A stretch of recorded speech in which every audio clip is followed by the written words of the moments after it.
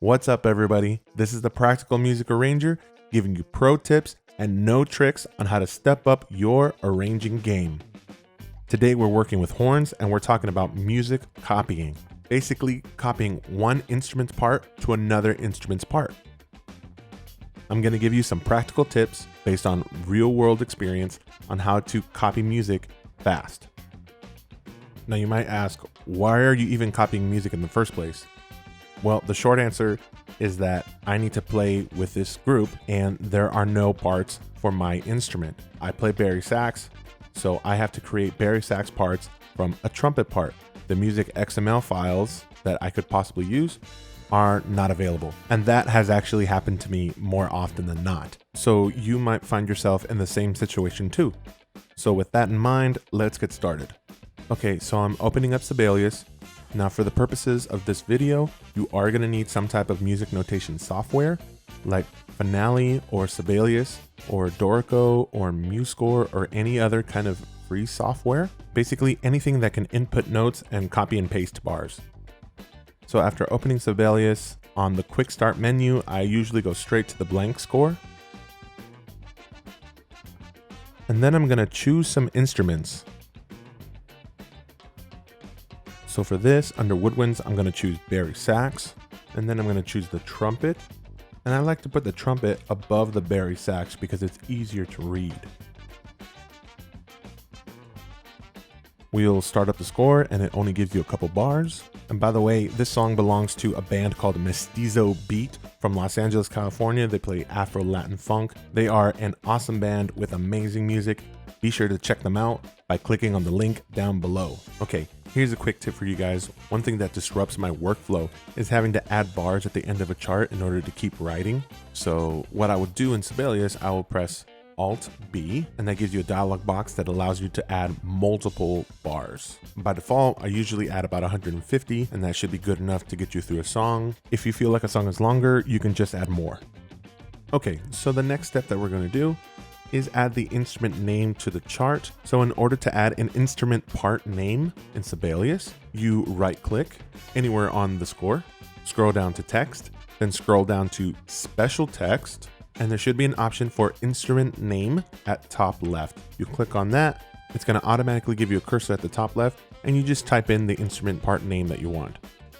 So I'm going to fast forward just a little bit. So one thing that you want to do when you're copying music from another instrument part is make sure that you get the concert keys correct and you get the transpositions correct. Okay, so the trumpet part is in the key of D minor. That means that it's in C minor concert. So we're going to press K on our keyboards and that's going to open the key signature dialog box. We're going to click on C minor for this one and add it to our parts. Then we're going to go to the home tab and press transpose score. Now what it does is it transposes the entire score into the key that each instrument would be reading in, and the computer will play them at pitch. This means that I can input the notes directly from the trumpet part into my score in the key of D minor, and the computer will transpose it for me. Later on, when I copy and paste from the trumpet part into the bari sax part, it will already be transposed. Here's another tip for you guys. Instead of using the mouse to input all your notes, try the speed keys on your number pad. It'll be slow at first, but as you develop speed, it'll be a lot faster than having to click back and forth all over the page.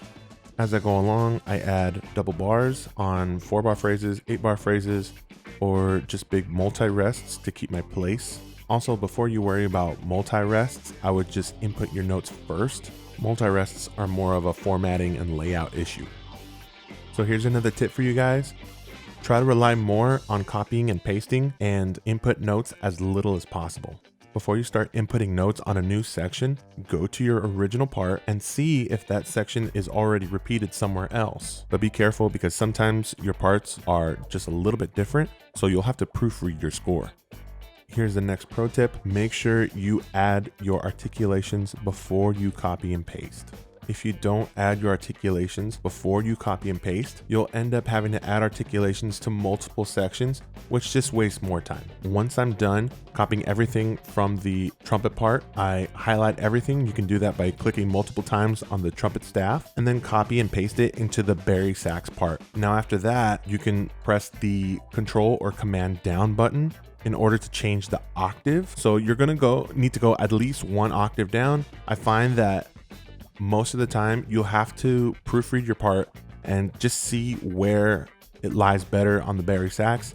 One common mistake that I see a lot of people do is that they write for the bari sax very, very low all the time because they think it's a low instrument. Sometimes it just doesn't sound good blending with other instruments down in the low register. Once again, press I to go to the instruments dialog box and select the trumpet part and delete it.